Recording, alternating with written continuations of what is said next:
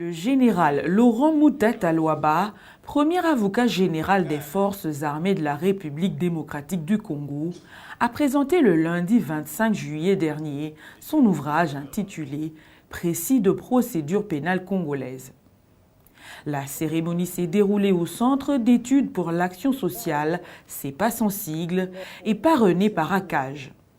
Il s'agit pour ce nouvel ouvrage de droit de porter un regard sur les droits des parties intéressées au contrat judiciaire et sur quelques volets de controverse inhérents à la triple phase du parcours judiciaire en matière répressive.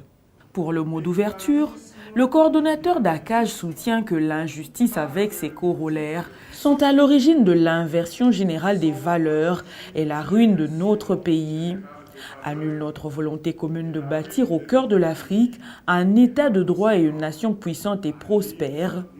Georges Kapiamba félicite le premier avocat général des FARDC pour cet ouvrage qui contribue à la diffusion du droit.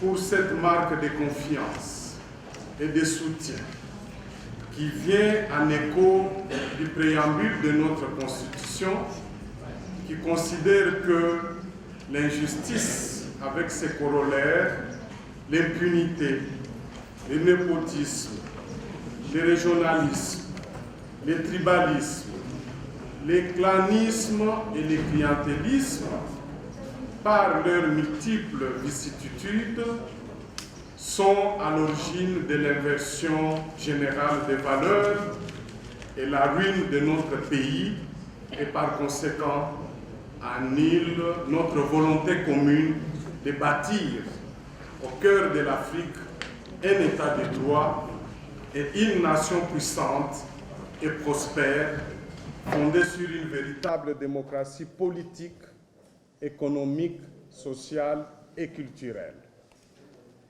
Je voudrais encore une fois féliciter ici publiquement et solennellement le premier avocat général de FARDC, Laurent Moutata Luaba, pour ce précieux ouvrage qui contribue sans nul doute à la diffusion du droit et donc aux efforts qui sont fournis par tous afin d'assurer l'accès de tous à la justice.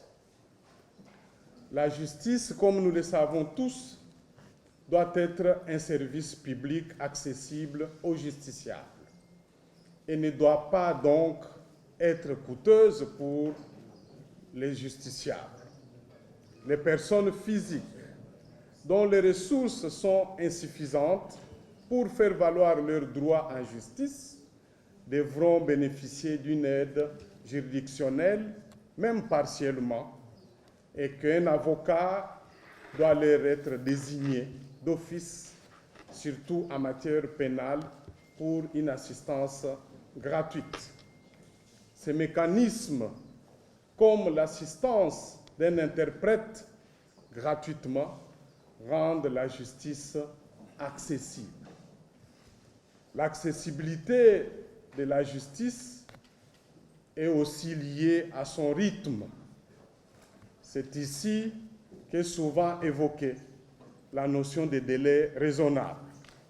Le deuxième intervenant revient sur les récits de l'auteur portant sur la problématique de l'instruction juridictionnelle ou de l'instruction à l'audience, la nécessité des voies de recours et le droit pénal militaire. L'auteur va davantage critiquer aussi les textes qui réglementent les attributions des OPJ en disant que deux fois par excès des ailes, ces OPJ ne permettent pas aux parties ou aux suspects devant eux de faire valoir leurs droits, notamment les droits à l'assistance, les droits à l'information, les droits au silence et ainsi de suite, les droits de se faire visiter ou d'être visité par les membres de sa famille. Le professeur Jacques Joly soutient que la procédure pénale est une branche du droit public au service des libertés fondamentales. Et la deuxième partie, c'est la problématique de l'enquête préliminaire. La troisième partie, la problématique de l'instruction préjudicielle. La quatrième partie, la problématique d'impulsion juridictionnelle. Et enfin, la cinquième partie, le voie de recours. On reste dans l'idée que l'État met en place les mécanismes, les règles, c'est tout simplement pour arriver à la vérité et non pas à condamner essentiellement, parce qu'au cœur du droit pénal, c'est les droits de l'homme. Les droits de l'homme. Alors, puisque je n'ai pas beaucoup de temps, je dois considérer. Bon, qu'est-ce qu'on peut dire? C'est ce que j'ai déjà dit, c'est-à-dire qu'au cœur de la procédure pénale, ce n'est pas la répression, c'est la resocialisation, c'est la récupération de l'homme. Hein? Malheureusement, tous ces droits que nous venons de voir, je prends la présomption d'innocence, est devenue la présomption de culpabilité. La justice elle-même pose un problème de son substantialité. À quoi sert notre justice? Est-ce que c'était un outil d'enrichissement de magistrats ou un outil d'instrumentalisation politique, ou bien un instrument au service de l'homme?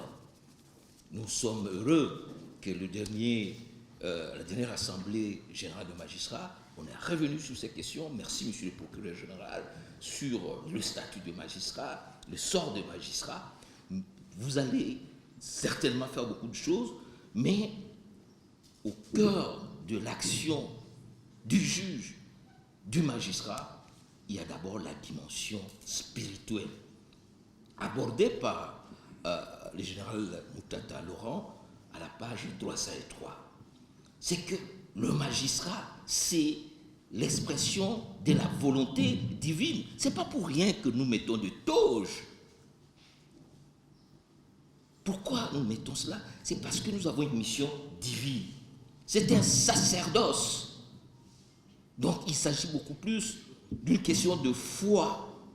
Malheureusement, on est encore loin de cette sacralisation de ces métiers. Et nous espérons que finalement il faut revenir à cela. Nous sommes convaincus qu'il faut une très bonne école de la magistrature où on doit insister sur les cours de liberté fondamentale. C'est ça le cours principal qu'il faut donner aux magistrats pour qu'ils sachent qu'ils doivent faire partie et cultiver la civilisation de la liberté. Lorsqu'on voit le nombre de personnes qu'il y a à Makala, sur 10 personnes à Makala, 8 sont en détention provisoire ou préventive. Ce n'est pas normal. Et l'animalité dans laquelle ces gens sont. Il faut que nous fassions cet effort-là. Je sais qu'on va augmenter le nombre de magistrats. Merci beaucoup encore, monsieur le procureur général. Et je voudrais saluer le professeur Louzoulou qui a commencé ce travail-là. Il est important que nous puissions comprendre que les droits, ce n'est pas simplement la loi. Oui, il y a cet effort de fonction, mais les droits, c'est surtout une action de foi, de croyance à un État juste, un État de droit, un État au service de tous. Merci Laurent pour ton ouvrage. C'est le procureur général près la Cour constitutionnelle qui procède au vernissage de l'ouvrage en souhaitant qu'il soit lu et invite les uns et les autres à s'en procurer. Cet ouvrage sur le fonds baptismaux, et nous souhaitons que cet ouvrage soit lu et que les règles qui y sont inscrites soient mises en application, que la jurisprudence qui est dedans puisse servir sur ce nouveau départ pour une meilleure administration de la justice. Nous invitons les uns et les autres à l'acheter et à l'acheter massivement pour que l'auteur en soit récompensé davantage. Le général de brigade Laurent Moutata Louaba a remercié toutes les personnes présentes à la cérémonie de vernissage de son ouvrage. Le premier avocat général des FARDC souligne que cette œuvre est une contribution à l'amélioration et à la bonne administration de la justice en République démocratique du Congo. Ou maître Georges de la Cage,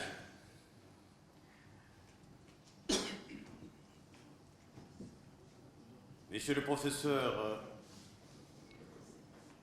Emmanuel Luzolo Bambilesa Périclès,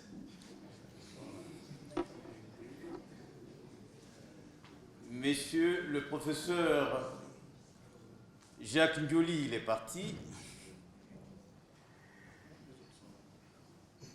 Distingués invités, tout protocole réservé, je voudrais sincèrement remercier notre ami Georges pour avoir parrainé cette cérémonie. Je voudrais sincèrement remercier Monsieur le procureur général près la Cour constitutionnelle pour avoir accepté le vernissage de cet ouvrage. Je voudrais remercier tous les invités qui ont bien voulu répondre et marquer leur présence à cette cérémonie. Diplômé en droit de l'université de Kinshasa, le général de brigade Laurent Moutata Luaba a gravi tous les échelons de la magistrature militaire. C'est un analyste qui a consacré plusieurs recherches sur le droit criminel, notamment sur le droit pénal militaire congolais et les crimes de masse, ainsi que sur la protection du droit à la sexualité responsable.